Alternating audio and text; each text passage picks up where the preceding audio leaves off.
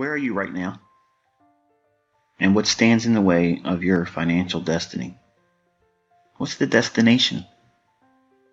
What keeps you going every day? Some of you, it feels like it's a lifetime away. Success and consistent trading, the ability to support yourself and your family by means of speculation. And for others, it's for the folks that just started, you think you're going to do it next month. There's going to be a lot of barriers. Lots of barriers that you didn't foresee coming in, and new developing barriers. But a barrier is not a definitive end. It's a problem.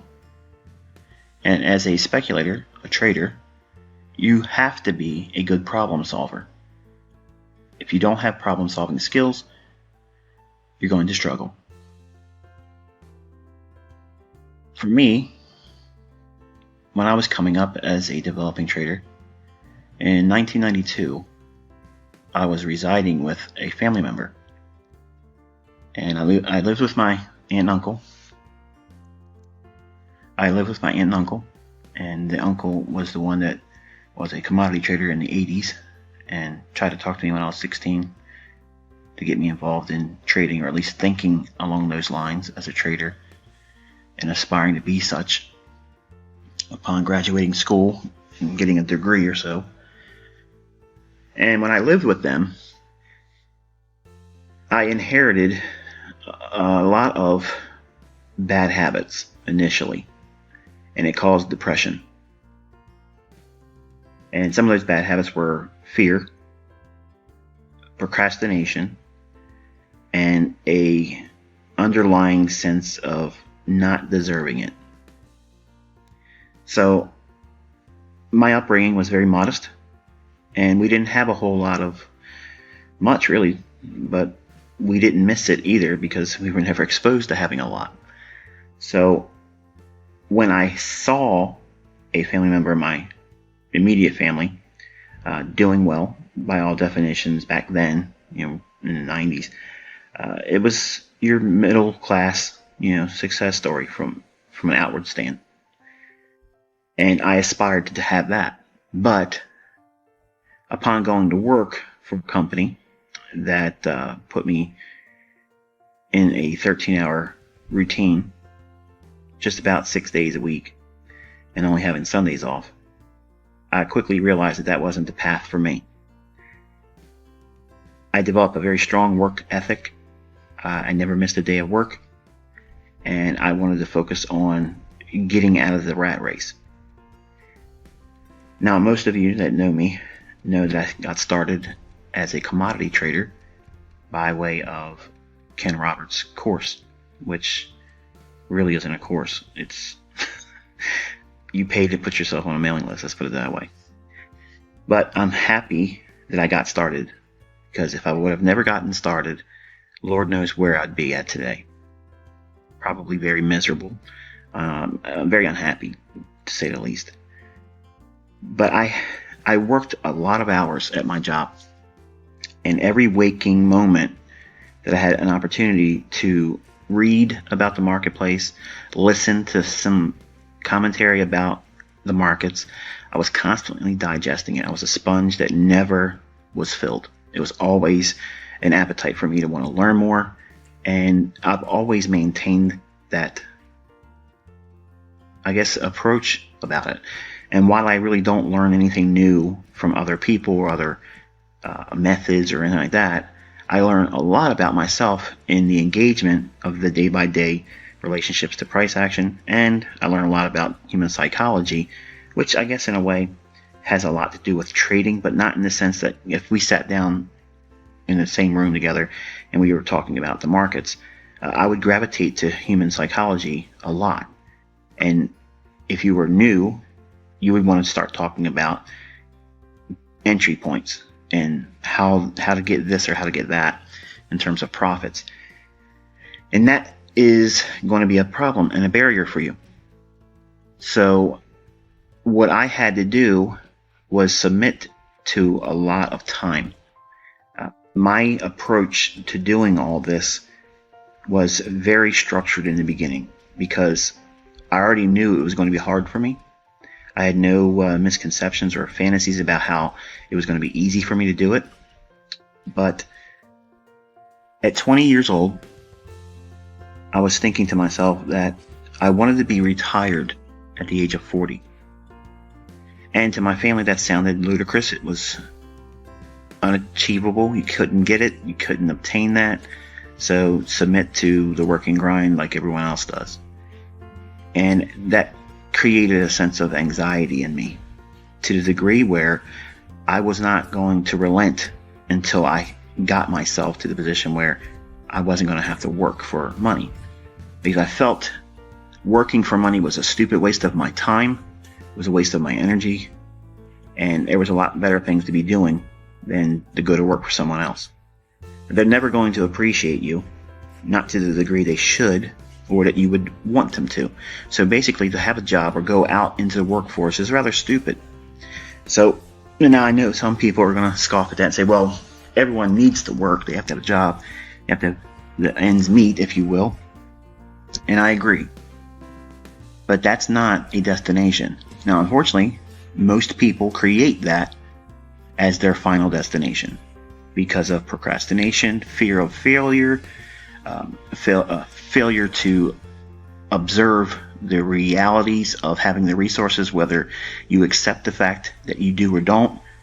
Everyone has the resources. There's absolutely zero excuses why within 10 years anyone can retire. Now, I'm not saying that you are going to retire a multi-millionaire, but you could certainly find a way to replace your current income. Now, if you could do that, think about it. Isn't that really the definition of being rich? Now, I'm not saying super wealthy in elite status, but to be rich is you're not working for money anymore. So if you find a way to replace your current income, even if it never goes up, if you just made ends meet, that's rich. Now, some of you would disagree with that because your definition of rich or wealthy or affluent is going to vary from mine. But I'm telling you from a storyline, this is how I came up from this.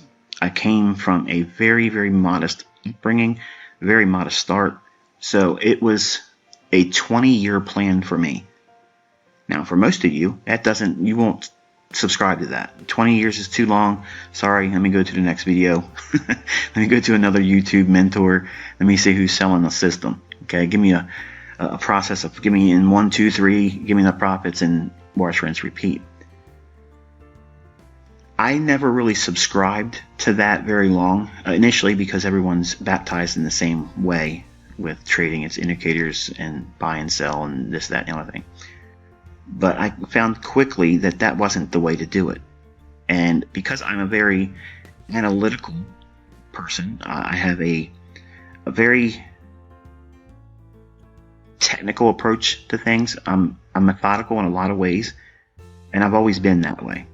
So if someone speaks to me, I'm always analyzing what's their alternative motive. What's their ulterior motive? And maybe there isn't one, but I'm always thinking that, and I'm always trying to decipher, get to the root cause of problems, because that's where the solution resides. In the American society, we're trained to accept the problem and just grind through it. I don't subscribe to that view. I subscribe to the fact that there is an alternative solution to our present condition that is working too much for too little. So I had to submit to a long-term process because I had readily admitted that my aptitude for it was probably going to be insufficient. So therefore, I allowed myself up to the age of 40 years old before I would really consider myself proficient, success, whatever. Okay, so I was already building in a far and wide definition of success, and I gave it a long-term deadline. Now, if you're living with your folks, or if you're living with family members, or if you're living with a person that you don't really want to be with, but because of necessity you have to be there, that is many times a very toxic environment. And when I began trading, I kept it quiet. I didn't tell anybody what I was doing because I already knew what the answer was going to be. That's stupid. You're going to lose your money. And truth be told, I did. I lost money the first time I traded. And it was a very good thing. It was very good for me to have that happen to me. Because number one, it created a sober respect for the fact that A, you can lose money. It's real. Okay. But also, I knew someone profited off of me. Now, right away, you know what it feels like when you lose money. You're already cussing at the computer screen or cussing at your spouse like they had something to do with it. Because you personify the loss and you make it an attack on you. Now, I didn't see it like that. My psychological makeup is I want to know what the cause and effect is, and I want to see what I could do to repeat that same phenomenon. But now in this sense, I have to find a reverse approach to it. So I have to be the one that makes the win. I have to capture that win. So my pursuit from the age of 20 was to kind of like formulate a process for myself that would weather all of the inbound negativity that's going to come my way, because I couldn't keep it quiet for long. And eventually people are going to find out what I'm doing. I was a young man. I was stupid. When I had my hands on some money, I let the world know I had it. And I allowed myself to be changed outwardly and inwardly because of myself living with a family member and a deep-rooted sense of feeling the need to feel significant. Okay, when I wrote those tutorials back in 2010, and speaking from a vantage point of the average Joe, I was speaking from personal experience. I am average Michael Joe Huddleston. Okay, I have a lot of understanding and wisdom today, but I have not forgot where I came from. So the problems I was encountering basically was I was doing something I really, really wanted, but I couldn't share with anyone. So I was like a sports car in neutral, but with the gas pedal, pressed to the floor, couldn't go anywhere. And you'll burn out doing that. So the only way I would do it was to be able to live my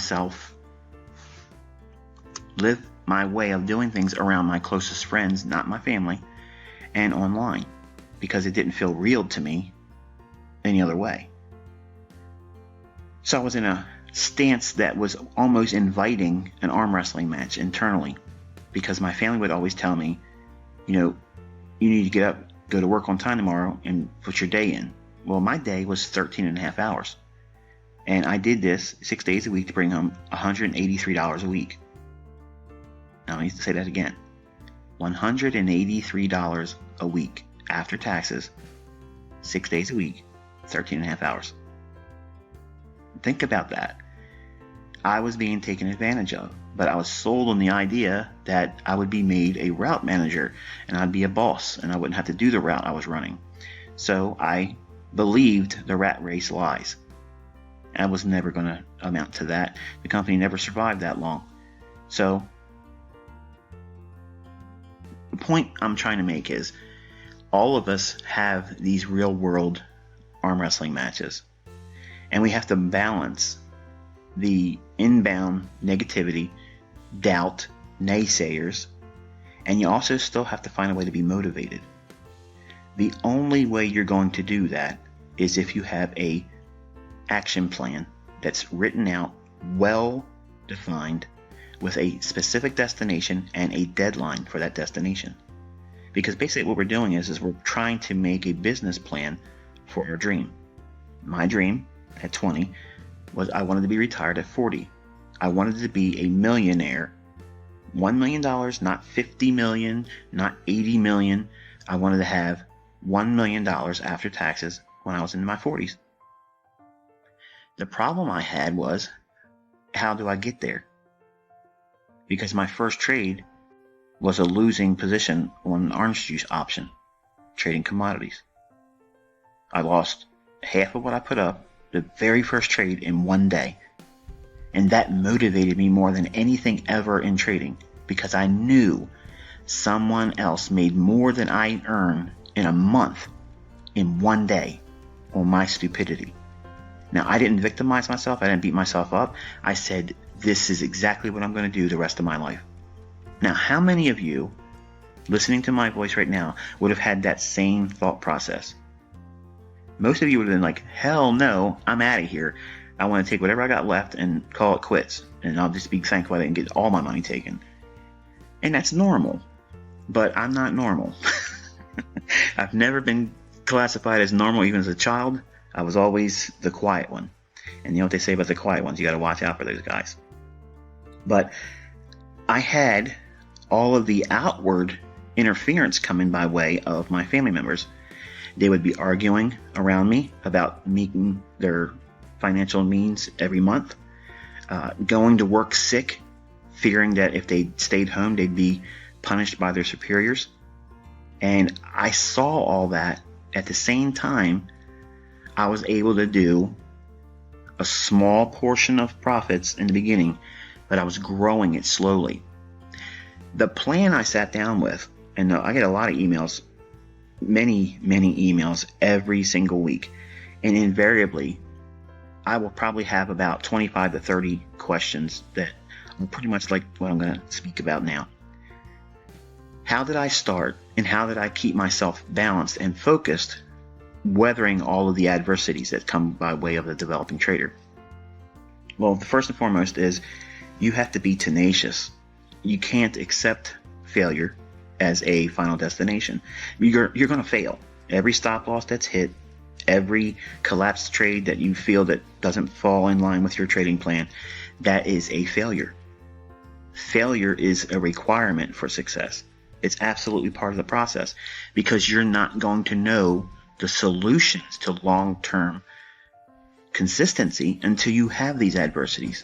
I already put that in my plan in the beginning. I anticipated losing 70% of the time. Think about that now. I anticipated being wrong 70% of the time. I had no idea what I was doing, but I realized that the statistics alone and the probabilities of staying with one side of the marketplace, I was only a buyer, that I would still mathematically come out as a net gain. Think about that. I sat down and I defined I needed a plan that would arrive at $1 million after taxes when I turned 40. That was my plan. How was I going to get there? That was the problem. So I sat down, pen and pad, and I would come up with all these different solutions I had in mind, or potential outcomes that would either get me there at the age of 40 or very close to it. Now again, I aimed for age of 40, but I already built in the allowance for it may take a couple extra years beyond that too. Now you're probably asking yourself, because $1 million today isn't nowhere near what $1 million was back in 1992, but why $1 million?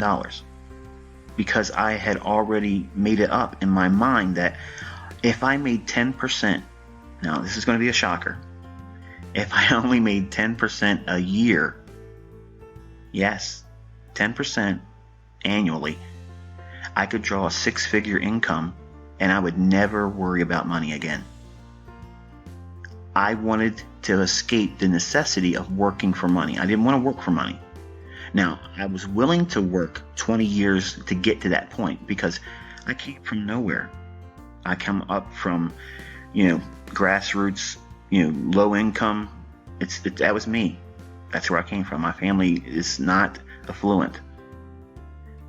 So for me to come up from really nothing, I had to be realistic. And no one was guiding me. Well, God was, but I'm not going to preach on that. But no one sat next to me in a coaching capacity and said, do this, don't do that. Everything I did was by trial and error, and I was losing lots of money learning all these things. Real money, not demo account. So what I sat down with pen and pad was I had a 20-year plan to make $1 million after taxes. So how do we do that? So I figured if I did this, number one, I got 20 years of time. So I have lots of time to make errors and not be right all the time and only be right 30% of the time. I would have to make $50,000 every year, okay, to get that after taxes. So I have to make enough to make a $50,000 net gain every single year, 20 years in a row to achieve this. Now, in a perfect world, that would be expected. And I was willing to submit to that. That means I would make money, lose money, make money, lose money, but at the end of the year, after taxes, I should arrive at $50,000 net. And I'm not spending the money. I'm not going to buy a car. I'm not going to go on vacation. I'm not trying to impress my girlfriend. I'm not trying to do all those types of things. I'm going to submit to this process of 20 years. I was not going to fail. That was in my mind. Everything was this. I didn't have a plan B. There was no, well, maybe I'll just settle and just get a better job. I was not working the rest of my life. That was not going to happen. But I also modularly broke that down into other potential ways of getting to that same outcome. And the idea basically is what that spreadsheet is I shared back in 2010, breaking down how whatever I do in terms of my weekly goal, I have 3 different ways I can do it. I can do it as a scalper, I can do it as a day trader, or I can do it as one shot, one kill. So I'm not limiting myself to only one way of doing something, because that creates a sense of urgency. And if it doesn't work, not only is it debilitating mentally, but it puts you behind the 8 ball, and then you have to play catch up. And that's why I pick low-hanging fruit. Now you're probably thinking to yourself, $1 million, Michael, that's not low-hanging fruit. Well, over 20 years it is. Absolutely. And that's where I came from. Modesty and modest results. That's what I was looking for. 20 years to get to a $1 million. And then all I had to do at $1 million is to make 10% a year, and I'm going to make $100,000 a year. And who cares if it's taxed? I can live off of that money the rest of my life and never have to have a job. That's all I wanted. That's all I wanted. I didn't want to be a multi-millionaire, billionaire, or a globetrotter, spending money all over the place. That wasn't what I wanted. I didn't have that mindset when I was a younger man. Didn't think like that. So eventually, as I was working towards becoming better at defining setups, I realized that I could do far more than 10% a year, and I could do a lot with very little per week. My actual plan was trading the bond market, the U.S. Treasury market. Now, this is not an invitation for you to try to repeat what I did. Obviously, I lost a lot of money doing this too. It wasn't just making money. But my plan was, in the bond market, every tick, and there's 32 ticks in a handle move in the Treasury market. Each one of these ticks is worth $31.25. My average stop loss for a bond trade was about 5 ticks. So what I wanted to do was break the market down in such a way where all I needed was 13 ticks on 5 contracts of the Treasury bonds. If I did this every single week using a percentage approach to money management, I would eventually grow faster than I would need for a 20-year plan. Now, I didn't know this right away. Okay, when I first started trading, the first couple of years, I was only sticking to one lot. Give me one lot and I'll build it up. Give me one lot and I'll build it up. It wasn't until I started studying the Kelly approach, okay, and Kelly criterion with the approach to money management that was mentioned by Larry Williams. And I looked at some things with that, and I came up with a slightly different approach of using that same type of thinking. And I had a way of accelerating gains and then also neutralizing the effects of drawdown. and calling, a more smoother approach to when the market is not giving you wins. If you're in a losing cycle, you have to go back to a point at which where you're not going to lose money. Because not only are you trading with money that can be lost, but you're also trading with mental capital. And if you lose your mental capital, regardless of how much money you have in your bank account or trading account, you're trading with scared money. And trading with scared money never is consistently profitable. It never is like that. So what I had was a plan that was long-term, but it had different approaches to getting there. And I was submitting to time, lots of it. Now, if I was selling the idea that I could teach you how to do this and get rich and be self-sufficient in 20 years, no one would subscribe to that view. But that's exactly how I started.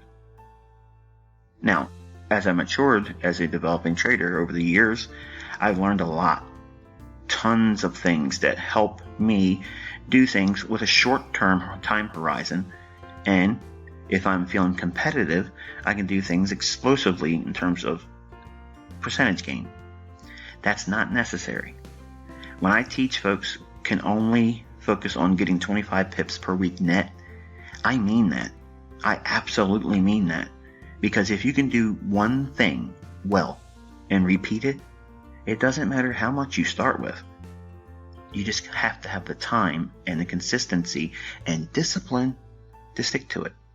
Now, what happened when I was going through this process and having adversities? Losing money sometimes, fearing that my family would find out that I was doing it. I had all kinds of things, that much more than the average person just trying to trade. Because most of you already have told your spouse or significant other or your boss or people at your job that you're going to trade. So you already created the problem for yourself. It's worse when you've told no one and you're successful and you can't share it with anyone. It's like you're in prison, that you created this, your own prison. You're successful, but you can't enjoy it. See, my problem was I had a lot of friends that didn't have anything, and I already knew they were moochers. If I showcased it, all I'm going to do is ask for grief, and that's exactly what I did. I ended up getting a lot of friends that really weren't my friends. They wanted something from me, and usually it was money. So, how did I do it? How did I weather all those psychological and emotional storms coming up? I had that plan. Every time that I would hit a stumbling block, or I missed my mark in terms of where I was hoping to be at the end of the month, or the end of the week, or that particular trading day, I'd go back to that plan and look at it and read it and remind myself, what am I doing? Why am I even doing this? I have a long-term plan. I'm not going to work the rest of my life. I don't want to work for a paycheck. I don't want to work for a boss. I don't want a boss. I'm married to one, but I don't want to work for one for money. So if I can find a way to get to that point, I'm successful. I'm successful. And I didn't want to be elite status. I didn't want to be Mr. Know-It-All in trading. That's not what I got into this for. But because of my passion and because of the small universe that I created for myself, none of my friends had the ability to do what I could do. I could jump on an airplane the next day, go to Bermuda and stay there for a week at a 5-star hotel and literally do it on a whim.